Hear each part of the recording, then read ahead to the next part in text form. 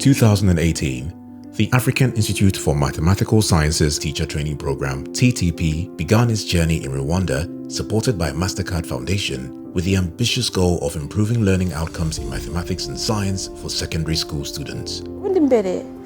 Abanyeshuri ntabwo bakundaga abatica b'imibare. Hari n'utuntu twajyaga ducaho nko kuri za status ukavuga ngo mwarimu w'imibare yarapfuye abanyeshuri bishima ariko It wasn't an easy task, but TTP was determined to make a difference. Physics, I loved it. When it was my first lesson, I hated, but now. Working across 14 districts, TTP adopted a transformative approach that put teachers at the core of the program implementation. This was the key to success. By connecting different parameters of the ecosystem, the program was able to drive sustainable change. Mwarimu yabaye facilitator, umufasha w'abanyeshuri abiyegereza bamubona no bakumva badashaka nuko anasohoka mu ishuri. The program is built on 4 key pillars. 1. Training of teachers and master trainers. 2. Learning materials, resources and ICT support. 3.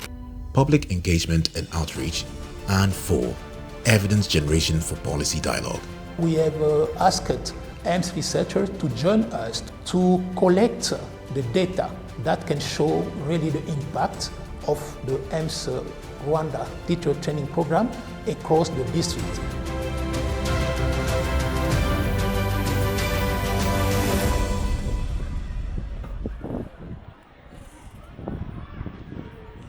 The first pillar focused on the training of teachers, where TTP trained over 4,900 teachers, with 33% of them being women, in various pedagogical approaches and practical skills in mathematics and science. AIMS rero yamfashije kugera ku nzozi zanjye. Mbona ndi mwarimu mwiza, baramfasha, barampugura ibigendanye na assessment ko umuntu ategura abana bagakunda isomo, uburyo ukundisha umwana isomo ntumwigisha umeze nk'intare mu ishuri. Mu kwasesinga abanyeshuri nabaza nk'ikibazo kimwe cyangwa bibiri, n'utsinzwe siniriwe nkavuga nti yatsinzwe nyine. Ariko ubu ngubu dutegura isomo ku buryo na wa wundi tuvuga ngo ari ku kigero cyo hasi yibonamo, ariko ntazabe ari wa wundi uhora abona 0 batugwerekaga ko 0 utuma wa mwana nawe nta mbaraga ashyira mu kwiga isomo. Ubu ngubu namenye improvisation, ushobora kuba nigisha probability, munigisha iki, ariko kumva umwana kuvuza kumubwira ibintu gusa mu magambo ukabona ntaza kubyumva. Aho umunyeshuri noneho ashobora kumenya ko noneho na pratique ishobora gukorwa atari uko bagiye gukora product mu mafarumasi. Ubu nka kano gakombe aka murabona ko karimo test tube. No kuvuga ngo tuzishyiramo tumaje kuzoza, wayifata nka test tube blank. Nk'iki gikombe nanone hano harimo ifu ya kawunga. No kuvuga ngo kubera tudafite starch yo muri lab, ariko twebwe dukoresha iyi fu ya kawunga. Iyo dusobanura atomo tukavuga uko structure zayo zimeze, tukavuga Bohr wayivumbuye, tukavuga ba Dalton, ariko iyo tuyigaragaza umuntu yayisobanura nko mu mutwe ntago abana basha kwishyikira neza, ariko ushushanyije igishushanyo nk'iki ukakidesigninga ndetse n'umwana atanabyumva ka wakoresha utubuye n'udupapuro. The program trained and certified 3,563 teachers, with 32% of them being women, in ICT. Kujya kuri REB platform abyo narinzi rwose narabimenye, kujya mu nama ukoresheje team cyangwa ukoresheje Google Meet cyangwa any method, nta na bimwe narinzi ku giti cyanjye. Ngo buri mwarimu wese azi computer ku buryo wenda twafata nko yavuye kuri 20% akajya kuri 90%. The program also addresses the issue of stereotypes that discourage girls from pursuing mathematics and science subjects. Nge nigisha isomo rya physics, ariko no mu yandi masomo ya science abakobwa bari mu myanya y'imbere barakangutse. The second pillar concentrated on providing learning materials, resources, and ICT support. TTP established 14 smart classrooms in 14 districts and 2 multifunctional smart classrooms at the University of Rwanda College of Education.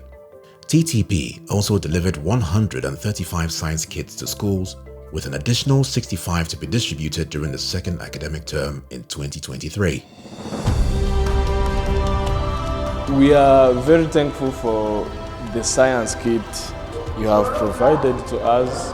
There was no way we are going to be able to provide these students with the knowledge that we are giving them today. When we are teaching through to the experiment, runners are very motivated because they're touching, they observe what we've done. Even teacher, the teachings today is very easy. Kuba ibikoresho byaraje byamfashije nkanjye ubwanjye ku giti cyanjye w'umukobwa kubona ko science ari nziza kandi nkumva nayikundisha abandi kuko twazaga muri laboratwari tugakora ama pratique nkabona ni byiza nyine wenda nakora pratique ya electricity nabona byatsi nanjye nkishima. Iriya smart classroom idufasha mu kwigisha dukoresheje ICT aho abana ubwabo bashobora kwiyumva cyane mu isomo kubera ikoreshwa rya projecteur irimo nziza iri smart. Uko amasomo ibintu twatangaga mu magambo kwirwa chalk talk iyo ufite video iragufasha kwigira muri no smart classroom. Ikintu cya mbere bifasha haba kuri njyewe ndetse no kunyigisha bigabanya igihe wenda wari uri kwigira ku kibaho mwarimu yandika none ahangaha akaba ari kubereka kuri projecteur mugenda mubibona ndetse harimo namwe nk'urugero nka physique hari amwe mu masomo mukeneye kubona ukabona ni gute biriya bintu bikorwa. Close to 5,000 teachers and sector educational inspectors also received monthly internet bundles. Buriya bundles zidufasha muri research. Kuri unit runaka aho nshobora gura n'ingorane nshobora kubona undi muticha w'ahandi mu kindi gihugu cyangwa se ahandi hantu yabyigishije bikanyinspira kurushaho uko ngiye nabyigisha. The third pillar focused on outreach and public engagement. TTP directly reached 276,323 students, with 60% of them being girls. The program's outreach efforts indirectly reached 470,000 students through the teacher training and other outreach activities. Hano bagiye gusura urugomero rwa Mukungwa, bityo ibyo abana bigishwaga mu magambo none babibona biri Rio. At first I did not imagine how electricity can come from water. So when I reached there, my curiosity was filled, I was satisfied. We celebrate International Day for Women and Girls in Sciences. That day is very, very important for us because it helps girls to think that they are able. We got many guests, scientists, women scientists, doctors, engineers, they come here.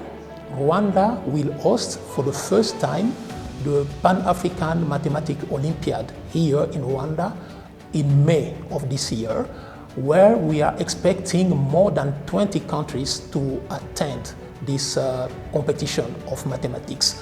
And all this actually raise interest of our young boys and girls to pursue STEM studies. And this pillar is really very essential to us. The fourth pillar sought to generate evidence for policy dialogue. And one of the objectives of this pillar is to generate evidences of the impact of the program, where the program has been implemented. And AIMS being a scientific, an academic and research institution, we want to show that impact in a really scientific manner. It's also the opportunity for us to see if there has been any gap, how to explain that gap, and what recommendation that we can give in order to fill the gap.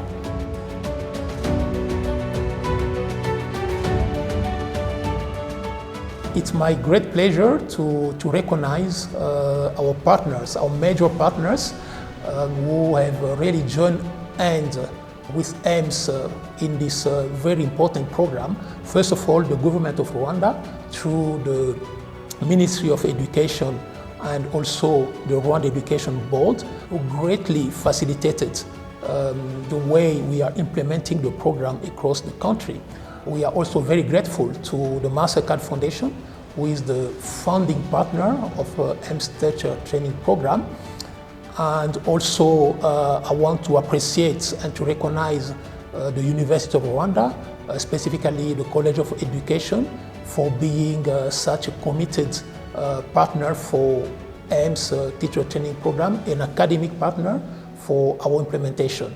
We have also a number of private companies here in Rwanda who are also supporting our activities, including the Teacher Awards event. And in the past, we had private companies, and they are still willing to contribute. And we are very glad that other companies are also joining to support our activities for the benefit of our teachers and of our kids.